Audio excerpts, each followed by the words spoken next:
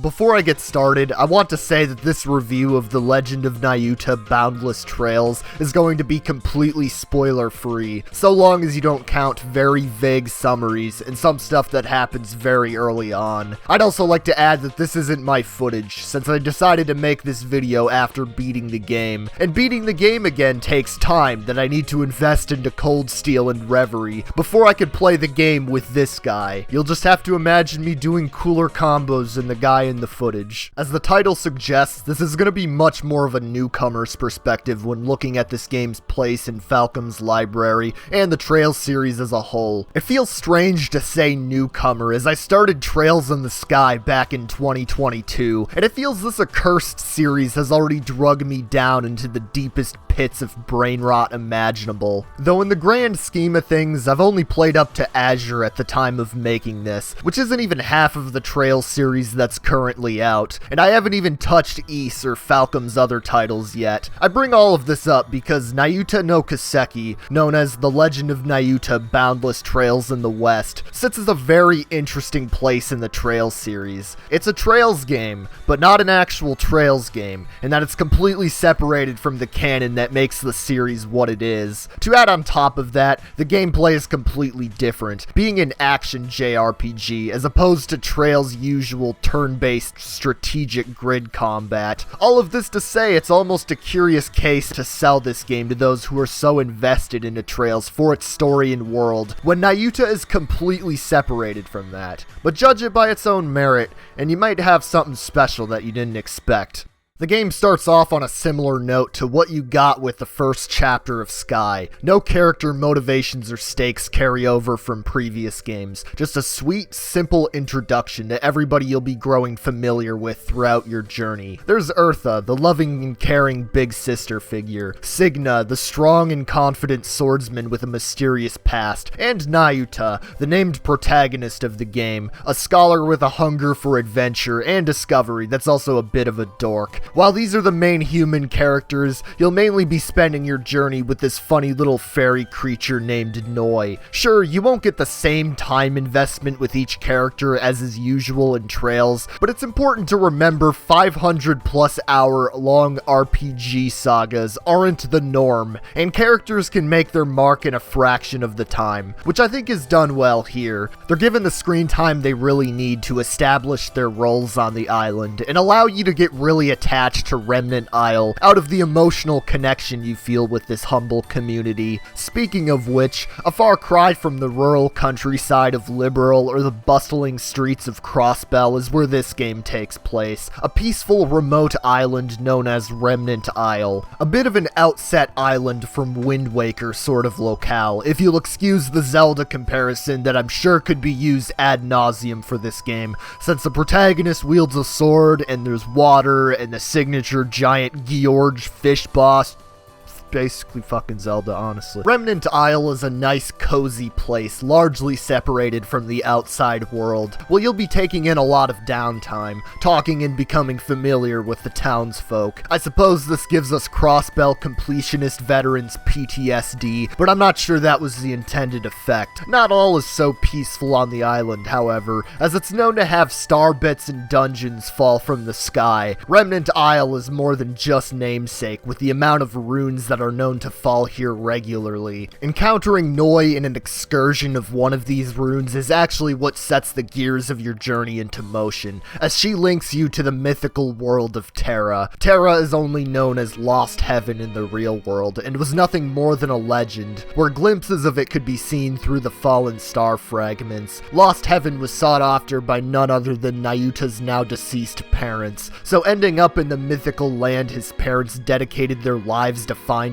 is nothing short of a miracle, or even fate. Whereas Remnant Isle serves as a sort of hub world reprieve, Terra is where a bulk of the action takes place. It's divided into 4 main continents, which are then further divided into linear levels that you can select on the world map like in a Mario game. As previously mentioned, Nayuta is an action JRPG, which allows levels to contain seamless transitions between fighting enemies and traversing light platforming and puzzles. I'd imagine imagine this is pretty similar to what the gameplay of Ys is like based on what I've heard and seen, and I get it. Combat is fast-paced and punchy, but also meaty enough to really sink your teeth into and get hooked. It can be as simple as slash enemy with a sword, but every dynamic with the enemies and environment become more complicated when you take into account the various ways enemies can attack you, lingering hitboxes, environmental hazards, dodge, roll, and block timings, new combat techniques you can unlock by finding optional collectibles and stages, and different magic you can use with the help of Noi by your side to help you out in or even trivialize some encounters.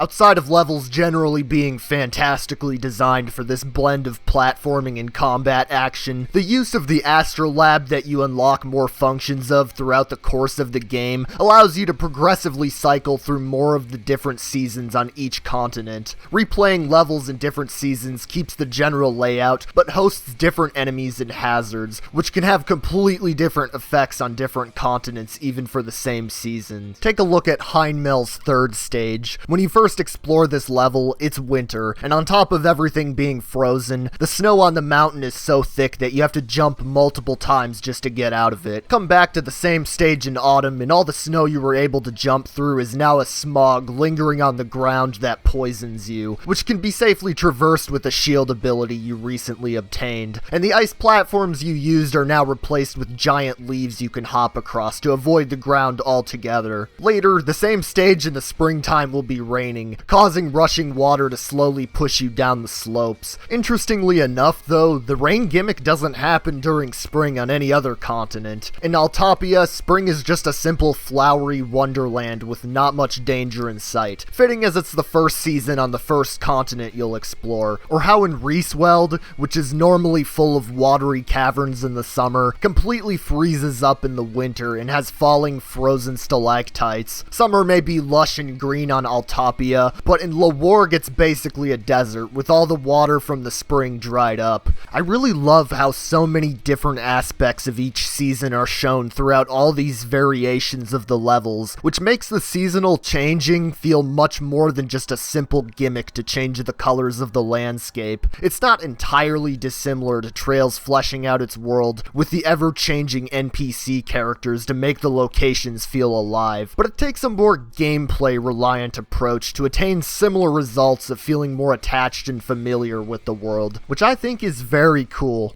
The boss fights are awesome. There's really no debate I have against that. I don't think it's anything all that fresh or original to say that fast-paced combat combined with learning enemy patterns while cranking the difficulty up for those damage numbers and health makes my brain go zap in a good way. But what really elevates Nayuta's colossal bosses is the spectacle, and the fact that the phases completely change the fight. Looking at some of the weaker or even just average bosses in a game like Zelda, a lot of what turns me off of thinking they're great is the monotony of doing the same thing continuously until the boss is dead, with only slight variation to the attack patterns. Nayuta bosses are almost all like the Twilight Fossil Stallard fight in The Legend of Zelda Twilight Princess, where the boss goes apeshit mid-fight and completely changes gears, sometimes even multiple times per fight. Even Georg, which I mentioned before, chases you down a waterfall and summons lightning onto your raft. I can safely say that all the major boss fights were incredibly fun, except for one, which was a bullshit gimmick fight, so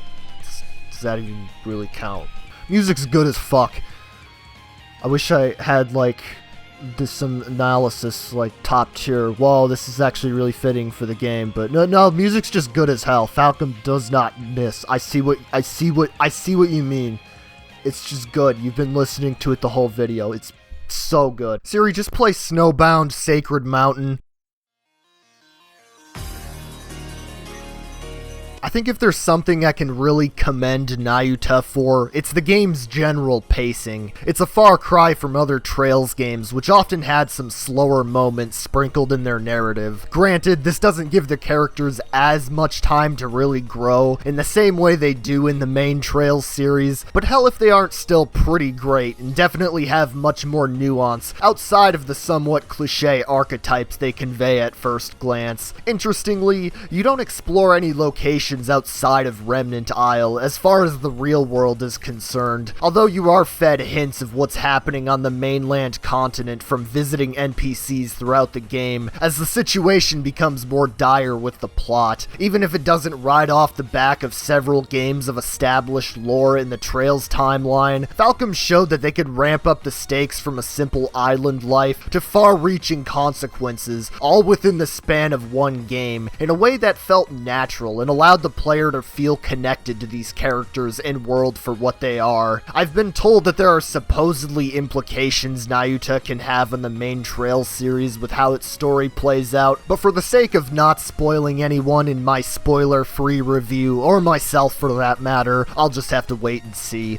Even if it held my attention just a bit more, knowing that the events in Nayuta could affect everyone we've grown to love in Trails, including my beloved Rixie Mixie, there's not much more I can ask for a story to do than keeping me thinking after it's long over. I don't necessarily think you should play Nayuta for its story connections to the main Trails series. I think you should play it because it's an incredible game. I feel that just knowing what Falcom's games are like could give you an idea of the strengths this title has and the sort of experience you'll get. I find it hard to sum up Nayuta or my opinions on it very easily. It's an interesting platformer action JRPG hybrid that doesn't necessarily reinvent any wheels, but provides a very tight, polished experience regardless. It may have not had the same narrative heights as the other Trails games in my opinion, but it may have had the least low points, and just been one of the more consistently fun games to play. So Godspeed, Nayuta. I'm glad I decided to play you, even if it makes my destination of catching up with the Trails series just a bit further off.